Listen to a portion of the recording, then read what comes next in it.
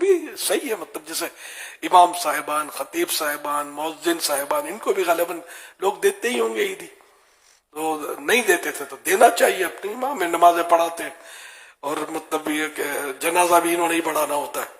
سیٹھ صاحب آ کر جنازہ نہیں پڑھائیں گے، کوئی وزیر آ کر ہمارا جنازہ نہیں پڑھا گا، ایم این ایم پی ہے وہ بھی، ان کو جنازے کی نماز آتی ہے کہ نہیں آتی پوچھنا بھی نہیں اپنے کو، سمجھے، یہ نہیں پڑھائیں گے.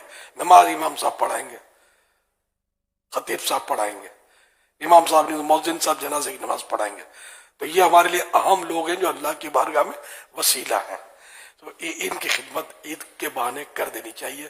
واقعی میں نے ایسے سفید پوش بعد اوقات دیکھے کہ کپڑے وہ صاف ستھرے پہنتے ہیں، امام خطیب ہیں، اور مطلب کیا بولتے ہیں اپنے، اور خوددار، تو گھر میں وہ دال روٹی ہوتی ہے، سمجھ جاؤ اتنے میں گوشت نہیں.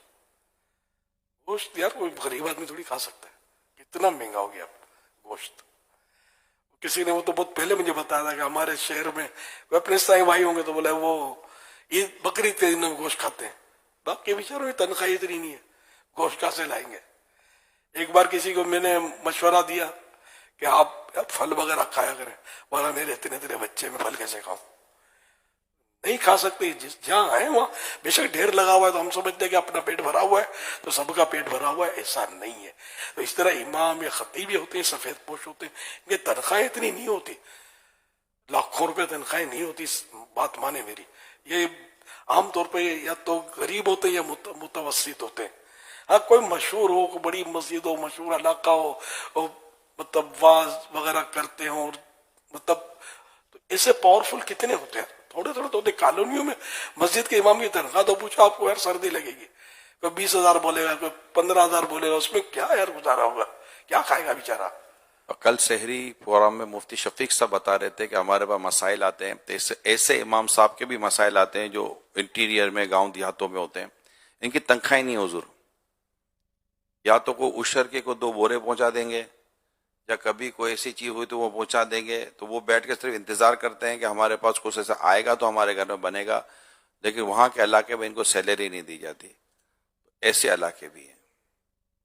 یہ ہم کو سمجھنا چاہیے کہ اللہ نے ہم کو دیا ہے، تو یہ وہ اہم طبقہ امام مؤذن وغیرہ کہ یہ نہ ہو تو کم از کم اسلامی معاشرہ جو ہے نا وہ نظر نہ آئے.